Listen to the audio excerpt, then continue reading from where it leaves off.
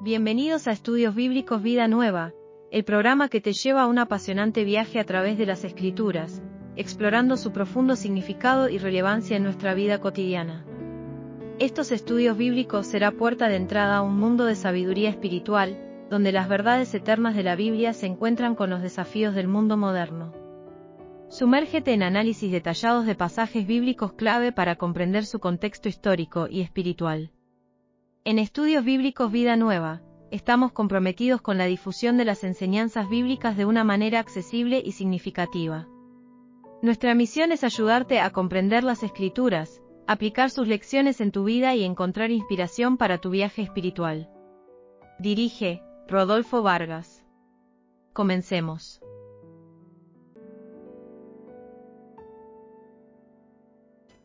Muy buenas noches, muy buenos días, muy buenas tardes, amada audiencia. Les saludo con la dulce paz del Señor. Estamos nuevamente en el programa Estudios Bíblicos Vida Nueva Online, que transmite desde Buenos Aires, Argentina, para todo el mundo, difundiendo todo el consejo de Dios hasta lo último de la tierra. Necesitamos prepararnos y ser partícipes de la gran comisión. Este es nuestro propósito. Y agradezco a Dios por cada uno de los hermanos suscriptores, los hermanos que nos acompañan semana tras semana fielmente. Agradecemos por estas personas y creemos que lo que estamos haciendo, lo que estamos estudiando, no es en vano, porque la palabra de Dios no va a volver vacía. Seguramente va a hacer lo que Él quiere hacer y la bendición va a ser para nosotros, ¿verdad? Una epístola realmente donde hay teología pura, donde vamos a entender la justificación por la fe, y nuestra mente realmente va a ser renovada a través de este libro tan hermoso, de estos 16 capítulos que nos va a llevar seguramente varios días, varias semanas, pero vamos a tratar de terminarlo este libro. Y este año vamos a terminar toda la Biblia. Este es nuestro deseo, ¿no?, de poder hacerlo de esta manera. Vamos a estudiar versículo por versículo, para que no nos quede ninguna duda. Nuestro pensamiento no es competir con nadie, sino por el contrario, seguir equipando al hombre de Dios, a la mujer de Dios, para toda buena obra, ¿sí? Vamos con el verso 18, que este verso va a ser el que inicie nuestra clase de hoy, nuestra clase bíblica de hoy. Dice el verso 18, ciertamente la ira de Dios viene revelándose desde el cielo contra toda impiedad e injusticia de los seres humanos que con su maldad obstruyen la verdad. Lo que está pasando en aquel momento es tal cual lo que pasa hoy en día, ¿no? Gente que detiene, obstruye la verdad. O sea, la maldad, entiéndase por mentira, desobediencia, orgullo, vanagloria, egoísmo. Obstruye, esto dice que obstruye el camino a la verdad. Estas cosas. Así que la ira o el castigo de Dios debe revelarse. Es necesario revelarse ante cada argumento de impiedad e injusticia que haya en nosotros, ¿no? Y sobre todo cada territorio, para que la verdad sea revelada, entendida y puesta por obra en nosotros y sobre la tierra. Cuando vino el juicio sobre Sodoma y Gomorra, era tanta la maldad, así como en el diluvio, la maldad del hombre realmente rebalsó, ¿no?, todo designio humano, ¿no? Y Dios dice que se arrepintió de haber creado al hombre. Mire usted lo que dijo Dios. Y Sodoma y Gomorra fue destruido por fuego. Y ahora está diagnosticando la situación tal cual en esas épocas, la situación actual de este mundo, ¿no? Entonces, solo así la humanidad, ¿no es cierto?, puede, haciendo este trabajo de evangelismo, de llevar adelante la palabra de Dios, solo así la humanidad puede conocerle, amarle y recibirle como Salvador, porque es necesario que alguien haga esta obra. Y somos nosotros, ¿verdad? Somos nosotros. El juicio de Dios debe establecerse primero, dice, sobre su pueblo, para que después pueda ser manifestado a los demás. El juicio de Dios es inminente sobre la tierra, por todo lo que está pasando. La maldad de los hombres, dice, el amor de los hombres se ha enfriado, la maldad se multiplica, no hay temor a Dios, no hay respeto a nadie. Entonces Dios tiene que anticipar, avisar y ejecutar el juicio de Dios. Verso 19. Me explico, dice Pablo, ¿no? Lo que se puede conocer acerca de Dios es evidente para ellos, pues Él mismo se lo ha revelado. O sea, lo que se conoce de Dios, hermano, es evidente. El hombre, el ser humano, ve todas las cosas que Dios ha hecho, ¿no? Y esto es claro, así como la luz, ¿no es cierto? Porque dice que Él se revela. Él lo va a revelar cuando su ira y su castigo van a recaer sobre las vidas de este mundo que está corrompido, ¿no? Y esto es lo que a veces nosotros no podemos entender, que dice la palabra de Dios que está establecido que el hombre muera una sola vez y después de esto el juicio. Entonces todos tenemos que comparecer, pero la ira de Dios se revela, dice, contra toda impiedad e injusticia. Ya es tiempo, ¿no?, de que el juicio empiece por casa, decía el Señor, ¿verdad? ¿Y cómo será para la humanidad, aquellos que no aceptaron a Cristo en su corazón?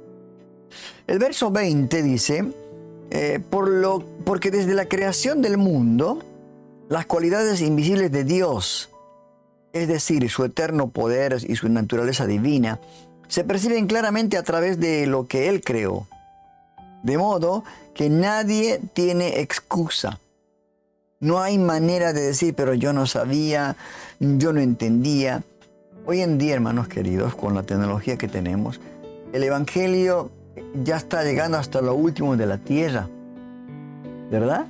Ya todos conocen, inclusive eso, no solamente por el Evangelio, sino por todas las cosas que existen en el mundo, ¿verdad?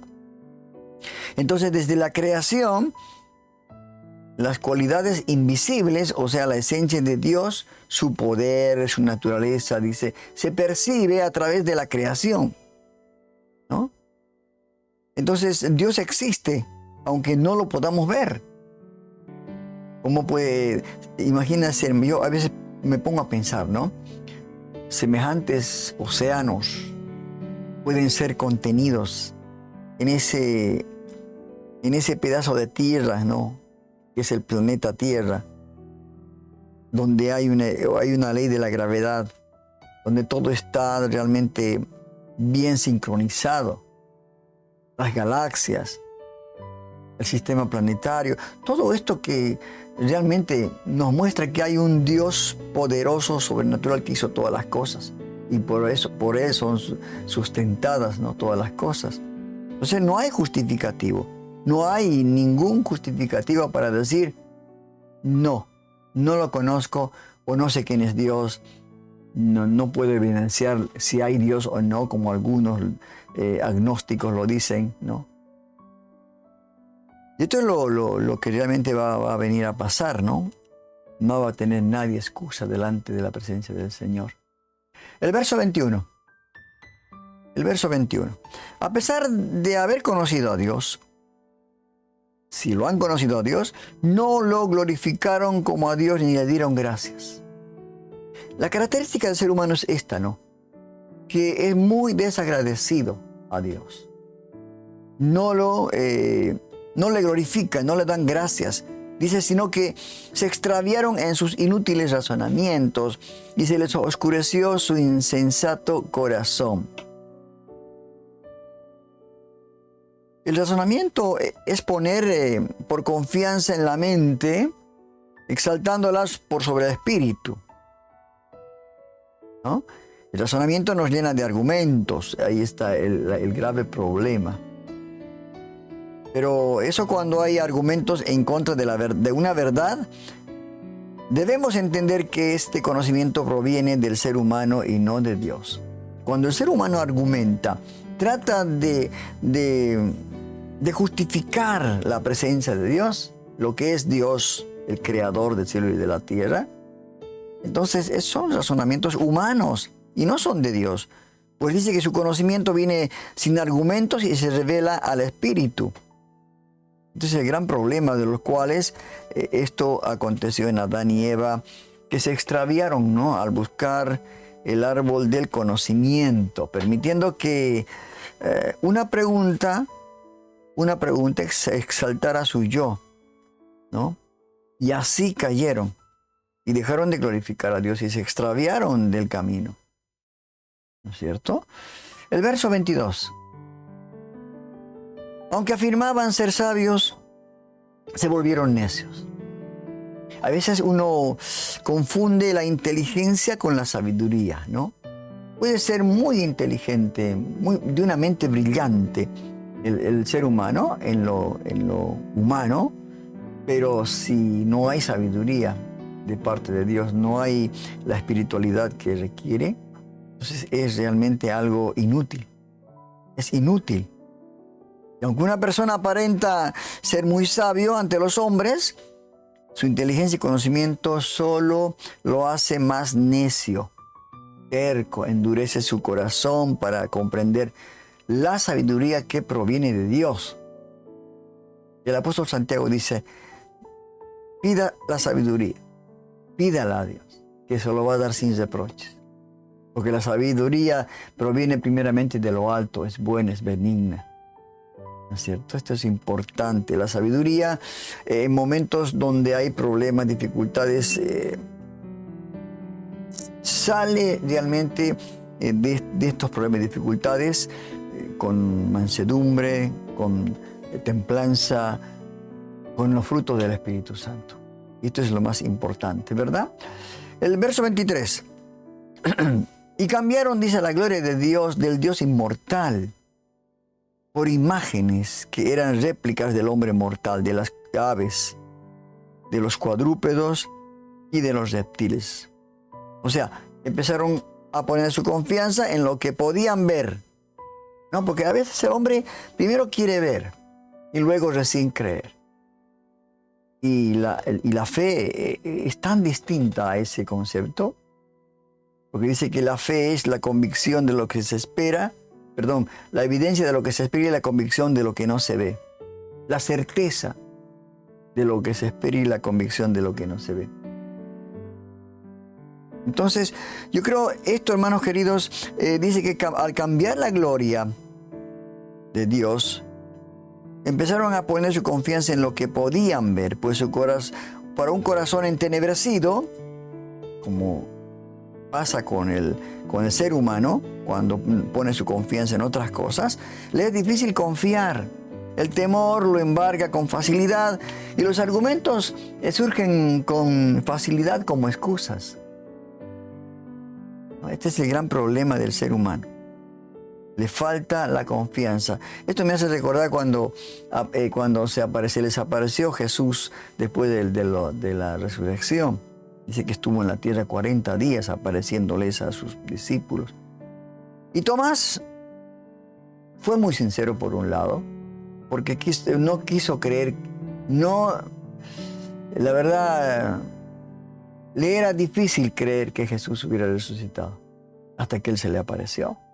Y le tuvo que decir: no seas incrédulo, sé creyente, le dijo, ¿verdad? Entonces, el ser humano, ante tales argumentos, son como excusas para él, para no creer en este Dios maravilloso. Usted le presenta a alguna persona ahí en su diario vivir, le presenta a Jesucristo, a Dios, y algunos dicen: no, pero si Dios no existe. Porque si Dios existiera, ¿por qué pasan estas cosas? ¿Por qué hay niños que mueren, hay hambre, hay guerras? O sea, no tiene ese conocimiento realmente de lo que es Dios. Y Dios les ha demostrado que por el pecado del hombre, la tierra está tan corrompida como ahora está. ¿Verdad? Vamos con el verso 24. Dice: por eso los entregó a los malos deseos de sus corazones, que conducen a la impureza sexual, de modo que degradaron sus cuerpos los unos con los otros, Cuando el alma domina, hermanos, el ser y el espíritu se ha apagado en el interior, no solo los pensamientos y argumentos dominan su accionar, ¿no? Las emociones se desbordan y llevan al ser humano a cometer actos que contaminan su cuerpo. La palabra mencionada, que nuestro cuerpo es templo del Espíritu Santo, como dice el apóstol Pablo, nuestro cuerpo es el templo del Espíritu Santo, pero en un cuerpo en donde el alma gobierna, el alma, ¿no? Con sus sensaciones, con sus sentidos, ¿no es cierto? Con el yo. Cuando el alma gobierna, ya no hay posibilidad de que el espíritu habite en él, pues está siempre, estará contaminado. Por eso cuando uno acepta a Cristo en su corazón, se arrepiente de sus pecados, el Señor lo sella con su Espíritu Santo. Lo limpia totalmente. Y es el Espíritu Santo el que domina, ¿no? A esta persona. Entonces, estas personas, está hablando de la gente sin Dios, la gente que no conoce, que se rebeló ante Dios, que dice que obstaculiza la verdad. Esto está hablando, ¿verdad? El verso 25. Cambiaron, dice esta gente, cambiaron la verdad de Dios por la mentira, adorando y sirviendo a los seres creados antes que al Creador, que es bendito por siempre. Amén. O sea, primeramente, ¿no? Pretendiendo adorar al Creador por medio de la criatura, pronto llegaron a perder la vista al Creador. Pronto. Es así, ¿no? El catolicismo, una manera de practicar la idolatría, es como que pierden de vista al Creador en todas sus actitudes que realizan en cuanto a la idolatría. Y esto dice que él dice, ¿no? Pronto llegaron a perder la vista del Creador a la criatura. Este poder tiene la mentira que nos hace ser equivocadamente la verdad. Que nos hace ver, equivocadamente la verdad, tergiversándole y entregándole a su desgaste. O sea, la incredulidad es el peor pecado, ¿no? Que un ser humano puede cometer. El verso 26. Por tanto, Dios los entregó, dice, a pasiones vergonzosas. En efecto, las mujeres cambiaron las relaciones naturales por las que van contra la naturaleza. O sea, al seguir la mentira, el conocimiento se satura. Se satura el conocimiento.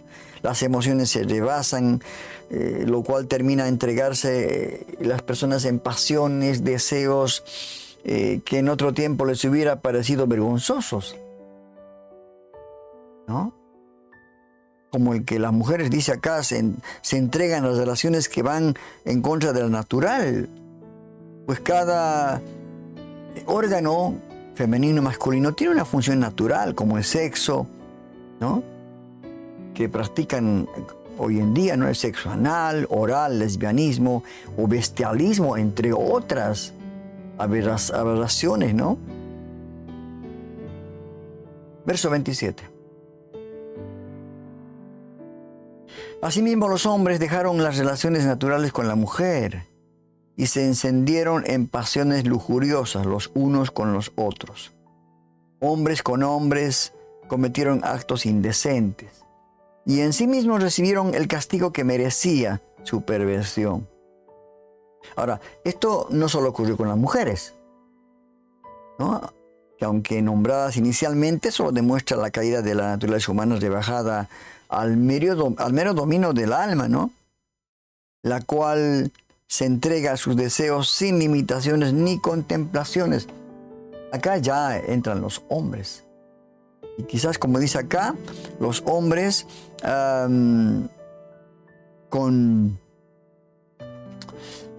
actitudes realmente de una bestia. Hoy se ve en la gente homosexual, lesbiana, que cambian, como dice acá, ¿no? Cambian sus relaciones naturales, ¿verdad? y entran en pasiones, se encienden, dicen, en pasiones lujuriosas unos con otros, hombres con hombres. Qué tremendo, ¿verdad? Verso 28.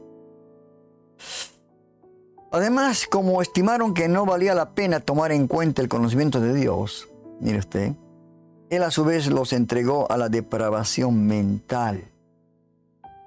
Depravación mental, para que hicieran lo que no debían hacer. Es como que cuando Dios es como Dios que cuando levanta la barrera, ¿no? Levanta la barrera de todo lo que es bueno, lo moral. Ya las personas hacen lo que realmente es algo que ni se hubieran imaginado en su pensamiento, las aberraciones, lo que está hoy en día, lo que vemos, hermano, ¿no? Situaciones tremendas y las cuales Dios dio pues su castigo, ¿no? Recibieron su castigo, ¿no? El verso 28. Esto porque rechazaron el conocimiento que viene de Dios.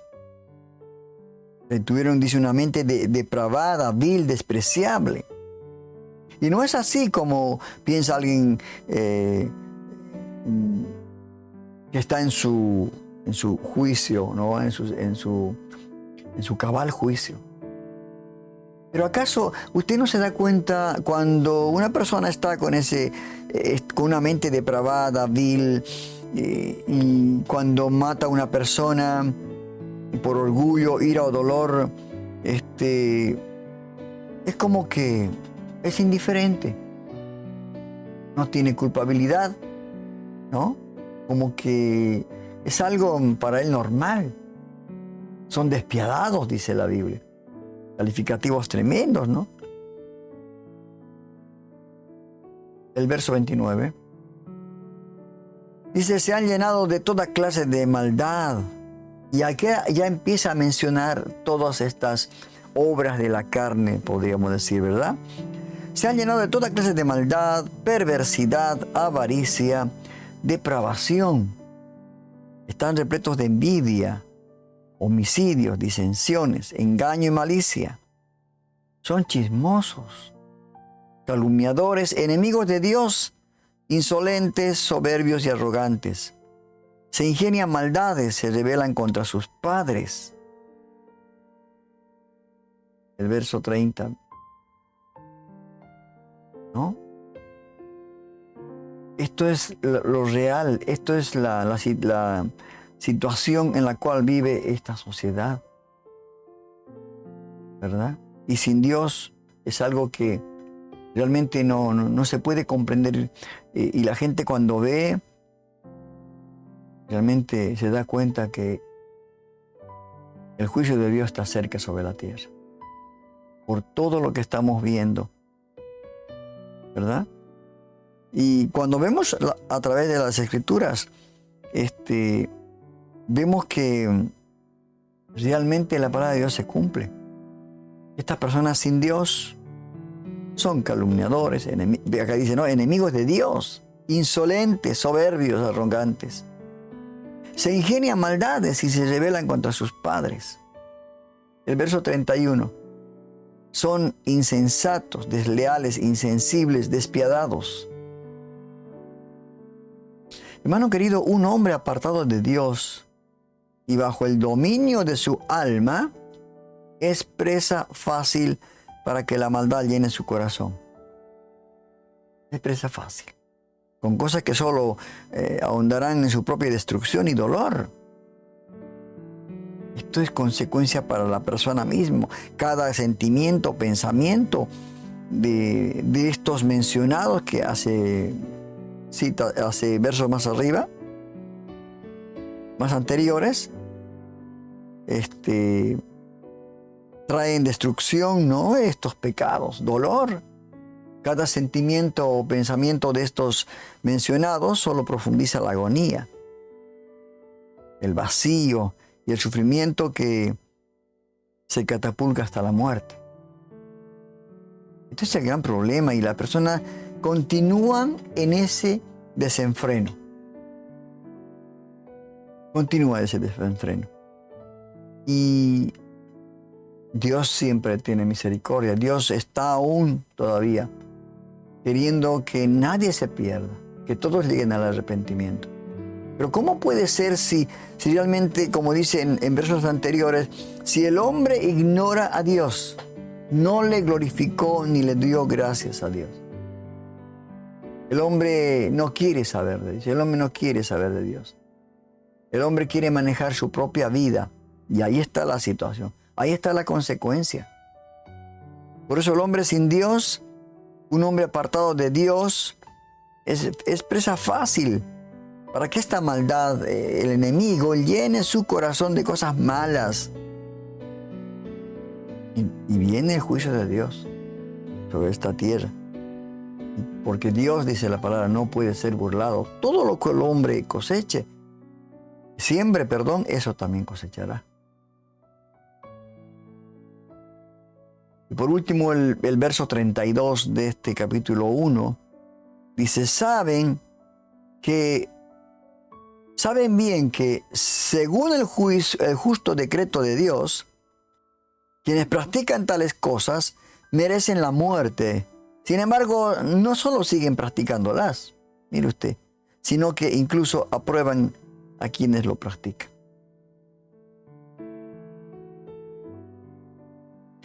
Según Dios, hermanos, según la Biblia, el que practica estas cosas está destinado a la muerte. El pecado trae muerte. La paga del pecado es muerte. Separación de Dios. ¿Verdad? Ahora, cuando esta carta fue enviada a la iglesia en Roma, realmente han debido tener una reflexión profunda en esto. Y se han debido dar cuenta que lo que dice él mandaba esta carta del apóstol era real. Estaban viviendo en esa época esa sociedad. Entonces había que cambiar. Había que mantenerse, porque si nosotros nos damos cuenta, en los primeros versículos de este libro, les dice, ¿no? En el verso... ¿Dónde está?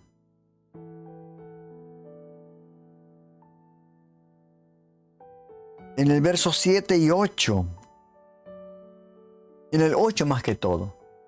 Ante todo, por medio de Jesucristo, doy gracias a mi Dios por todos ustedes, pues en todo el mundo se habla bien de su fe. ¿No? La fe. Y sin fe es imposible agradar a Dios, hermano.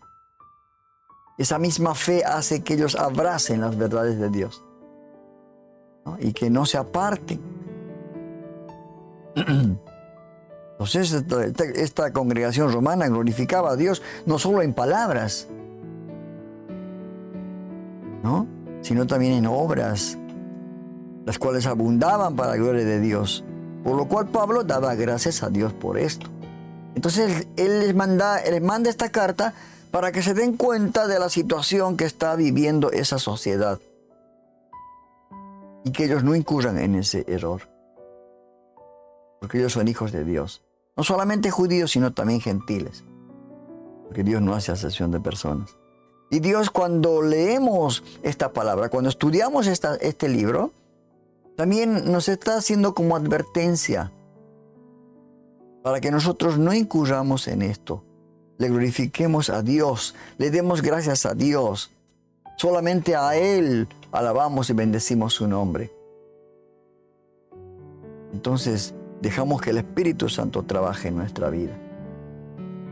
¿Verdad? Por eso es importante la espiritualidad, hermano. Por eso es importante que nosotros estemos tomados de la mano del Señor. Tomados de la mano del Señor. El Señor dijo en su palabra, en Juan 15, dice así, separados de mí, hablando de la vid, ¿no? y los pámpanos, separados de mí nada podéis hacer. Y por eso es Jesucristo el camino, la verdad y la vida. Nadie va a llegar al Padre sino por Jesús. Y con este verso 32 hemos terminado el capítulo 1 del libro de Romanos. Haciendo un resumen de todo esto, vemos la situación en la que estaban viviendo en ese tiempo la iglesia en Roma. Un lugar realmente cosmopolita en ese lugar, ¿no? Roma, el Imperio Romano.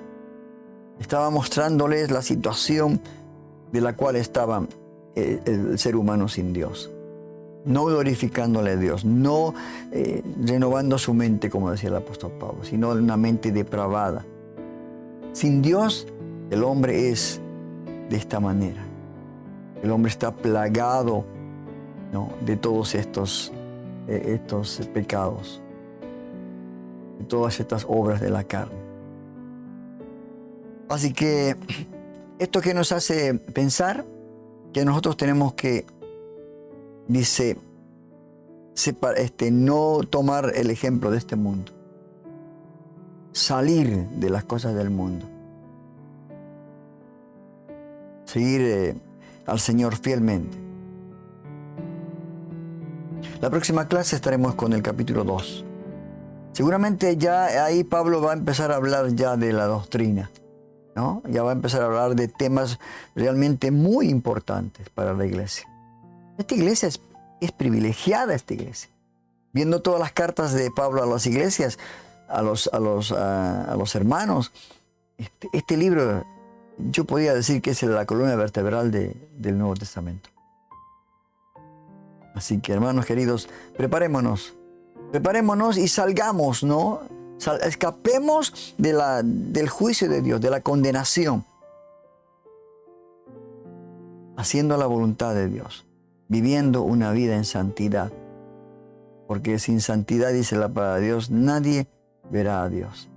Que Dios lo bendiga, que realmente pueda meditar en este capítulo. Vuelvo a leer este capítulo nuevamente. Léanlo 1, 2, 3 veces, estos 32 versículos. Y se va a dar cuenta de lo que hoy estamos viviendo, la misma triste realidad que en aquel entonces Pablo y la iglesia de Roma vivía. Lo espero la próxima semana con el capítulo número 2 del libro de la epístola de Pablo a los Romanos. Que Dios lo bendiga. Hemos terminado el estudio de hoy. Solo nos queda poner por obra todo aquello que vimos en este capítulo. Nuestro propósito es no solo conocer la Biblia, sino poner en práctica para tu crecimiento espiritual. Los invitamos para el siguiente estudio de la Palabra de Dios, el día domingo a las 15 horas de Argentina, por el canal de YouTube y Facebook. Dirige Rodolfo Vargas. Hasta la próxima.